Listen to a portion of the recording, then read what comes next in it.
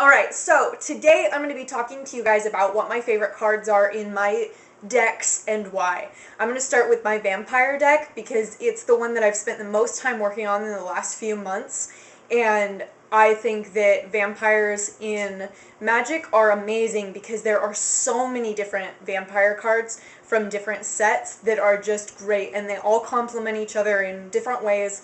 I could spend years making thousands of vampire decks with different varying colors, but this one is a mono black deck, and I have it in purple card covers because it's pretty. Okay, so I'm going to start with just what's on the top. Gatekeeper of Malakir. Now, I'm not sure if you can see it because this is a pro mat, and so I have no idea if you can see it or not. But it's a 2-drop, and it's a vampire warrior, and if you pay the kicker cost, a target player sacrifices a creature. And so this deck is mainly sacrifice based, and I actually just took 2 demons out of this deck that get rid of that make the other players sacrifice creatures. And the reason why I got rid of the demons is because I have a few cards in here that are very specific to vampires, and so I just don't want to muddle the deck with anything other than vampires. And I'm probably going to make another deck soon that's a red and black vampire deck, and maybe another one that's multicolored, more than just the 2. We'll see. So, that's Gatekeeper of Malakir. Nirkana Revenant is one of my favorite cards. It's from Rise of the Eldrazi, which is my favorite set. You know, the whole Zendikar block is my favorite, but Rise of Eldrazi is, to me, is the best, and I can't tell you exactly why, other than that they have, like, big creatures in it. Like, a lot of the colorless creatures are huge, and I really like those. Anyway, so Nirkana Revenant is a vampire shade. It's a 6-drop, and this artwork is beautiful. So, I'm going to try and focus this. I have no idea if you can see it or not. I might have to fix it in post, but we'll see. Anyway, it's just a hot vampire that's like naked in purple smoke, and she just looks really sexy. And she's got like paint, like red paint on her face. Anyway, it's really cool. The person that drew this is great. Anyway, so this is a legendary creature. I think. No, I'm not really exactly sure. It's a mythic rare. That's what it is. Okay, so it's a mythic rare, and whenever you tap a swamp for mana, it adds another swamp to my mana pool. So it's kind of like Cryptghast, but it doesn't have the gain a life if you pay 1. But that's fine, because the other ability that it has is if you pay 1 swamp, Nirkana Revenant gets a +1/+1 until end of turn. So you can pump that as many times as you want and make this killer. And then if you have like a Necrobite in this deck, which I don't yet, but I'm planning on putting in, then you can do this. Somebody can block it, and then you can Necrobite. And so whatever they block with ends up dying because you Necrobite, which is Death Touch, and you regenerate this creature. That's the only downside to Nirkana Revenant, is that there is no regeneration or Death Touch or Indestructible on it, but it's such a powerful card that it would be broken if it had anything else on it than what it already does, because it's basically a Liliana Shade and a Cryptghast melded into one. And this was actually made before both of those cards. Anyway, Cryptghast, if you guys are wanting to get Cryptghast, because I think it's a ridiculously good card, you're going to want to look in the Gatecrash. And then the Liliana Shade is a really good common card. I am not sure what sets they're in. I think it's in multiple, but I'm pretty positive M13 has them.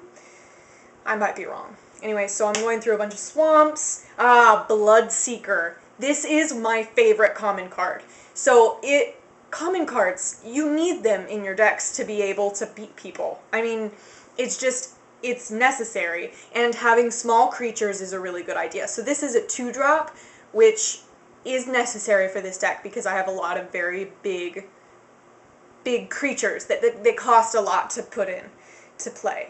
So Bloodseeker is a vampire shaman, and whenever a creature enters the battlefield under an opponent's control, I can have that player lose 1 life, and that in a multiplayer game is pretty amazing. The only downside to Bloodseeker is that if you're playing with 2 or more people, they start going after you because they just want to get rid of Bloodseeker, so they in turn try and get rid of you. Which makes sense. Another common card that I really like is Hideous End. It only costs 3 to put out, and it destroys a target non-black creature, and its controller loses 2 life. Now, the downside to this card is that you can't destroy black creatures. So you have to know what somebody else is playing with when you play against them to know whether you want to have this card in your deck or not. So I would consider this being in your sideboard, but yeah. Bloodseeker again. So I have 4 Bloodseekers in here because they're really important. Vampire Nighthawk is a great uncommon. It costs 3 to put out. It's flying, death touch, and lifelink. That is amazing, and it's a 2/3 creature. I just think that this is a very powerful card, and if you have 4 of them, try and put them out as much as possible. They are great. Another one is Soul Collector, costs 5 to put out, or you can put it out for 3 for its morph cost, and then you can flip it for 3 for its morph cost. I never really morph it, just because this is not really a morph deck, so there's nothing special that really happens. Unless I'm afraid of somebody canceling it, then I'll put it out for its morph cost. So it's flying, and whenever a creature dealt damage by Soul Collector this turn is put into a graveyard, return that creature card to play under your control. So it's a great card because it's a continuous mind control of people's creatures. Dash Hopes, one of my other favorite commons. Dash Hopes only costs 2 black mana to put out, and it's an instant, and whenever you play Dash Hopes, any player may pay 5 life. If a player does, it counters Dash Hopes, but if they don't, then it counters the target spell. So it's like a cancel or a counter spell in blue, but it's black instead, and the other player, your opponent, has the choice of taking 5 life or not. Now, this you wouldn't necessarily think is a great card, but if you can keep bringing it back from your graveyard, or if you have 4 of them, and you can copy the spell, or anything, I mean, even if you just have 4 of them, it gets rid of so much life if people choose to take the life instead of countering. And so they lose really fast if you keep using Dash Hopes on them. Bloodhusk Ritualist is a very good card, especially if you're playing against somebody that has a green deck that has Harmonize in it, which Harmonize allows you to draw, I think it's 3 cards, or say a blue deck, which allows you to card draw all the time. That's one of the main things that I like so much about blue decks. So Bloodhusk Ritualist, it costs 3 to put out, and the multi-kicker is that you can pay 1 swamp any number of times that you want when you cast this. And when it enters the battlefield, target opponent discards a card for each time this was kicked. So if you're playing with a mono black deck, it's perfect because you hold on to this baby for a while and then you play it when you've got a Nirkana Revenant out, and people end up having to discard so many cards if they've got a lot. So we've got Hideous End again. I have a lot of multiple cards in here. Tribute to Hunger. It's another great uncommon. It's from the Innistrad set. I feel like it's also in another set. Maybe M14. I'm not sure. But Tribute to Hunger, it's a 3-drop, and it's an instant. Target opponent sacrifices a creature, and you gain life equal to that creature's toughness. This is another great sacrificing an opponent's creature and then gaining life. Gaining life, I think, is sometimes a really good thing because it'll keep you alive. Bloodseeker, Dash Hopes, Urge to Feed. Urge to Feed is another uncommon. It costs 2 black mana to put out, and target creature gets -3/-3 until end of turn. I can tap any number of untapped vampire creatures I control, and if I do, I put a 1/1 counter on each of those vampires. So that's really great with pumping up your vampires, especially, say, like, pumping up Vampire Nighthawk, which is already Death Touch, but then you're more likely to keep it. So that's great. Dark Ritual just allows you to put more mana out. So say you've got, like, say you do have Cryptghast in a mono black deck. If you happen to get Dark Ritual, Cryptghast, and mana in your hand for your first card draw of 7 cards, then within your first 2 turns you can play a mana and then another mana for the next turn, and then Dark Ritual, Cryptghast, and then you've got so much more mana than any of the other players, and that gives you a head start on beating their ass. So I've got a lot more doubles in here. Feast of Blood. It's another uncommon. Cast Feast of Blood only if you control 2 or more vampires. And if you do that, it's a sorcery spell, destroy target creature, and you gain 4 life. Another life gain card, which I really like. Malakir Blood Witch is next. She's a rare, and she's really cool artwork too. I don't know if you can see that, but I'm going to try and do that for you. So it's flying, protection from white, and when Malakir Blood Witch enters the battlefield, each opponent loses life equal to the number of vampires you control. You gain life equal to life loss that way. Another life gain. It's just great. I mean, so many black cards cause you to lose life, but then you can find quite a few cards that cause you to gain life, and especially in vampires, because vampires, you know, they suck your blood, they gain life, you know, it's kind of like that. Dark Imposter. I only have 1 of these, but I need more. So, Dark Imposter, it casts for 3, and it's a vampire assassin, and then if you pay 4 colorless and 2 black mana, exile target creature and put a 1/1 counter on Dark Imposter.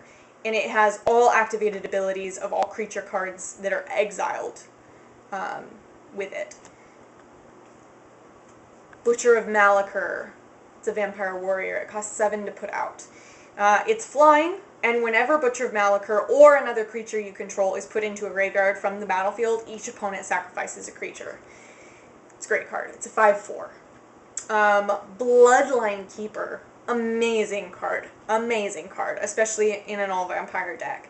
So it costs 4 to put out, it's flying, and if you tap it every time, you can tap it every turn, and if you do, put a 2/2 black vampire creature token with flying onto the battlefield. You can pay 1 mana to transform Bloodline Keeper, and you can only activate this ability if you control 5 or more vampires, which is not hard in this deck. So then you flip it over, and it becomes Lord of Lineage. It's flying, and other vampire creatures you control get a +2/+2, and it still has the ability that if you tap, you can put a 2/2 vampire creature token with flying onto the battlefield. I only have 1 of these, but I'm planning on going to this store and getting more soon. I like to sell a lot of my old games so that I can get more Magic cards. It's a sickness. So we're going to go through here again. It looks like mostly these are all like multiples or mana of things that I've already shown you. Yeah, so there's only 1 card left that I haven't shown you. It's Nirkana Cutthroat, and it's also from Rise of the Eldrazi.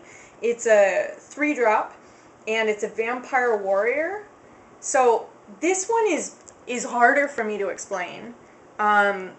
So it's kind of written out in the way that, say, like a Planeswalker would be, but it's not. So you pay 3 to level it up. So it starts out as a 3/2, but then you pay 3 to level it up, and it becomes a 4/3 with Death Touch. Now, you have to pay another 3 to level it up again, but it stays on that.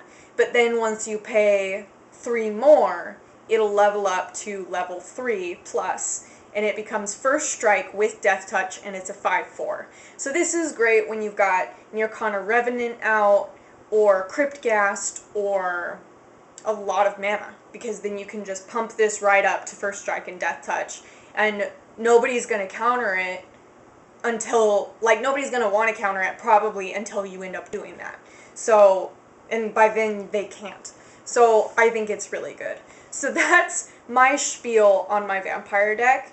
I'm going to start doing this with all of the decks that I have, and I would like to know what my viewers' favorite cards are and why, and what their decks are and why. So feel free to thumbs up this, subscribe, and then comment the heck out of this video, because I would love to have a conversation with everyone about what their favorite cards are and why. Whether they be common, uncommon, rare, mythic rare, you know, anything. Anything is on the table. I would just love to get feedback and hear more about my viewers and what your favorites are. All right. Have a good day. Bye.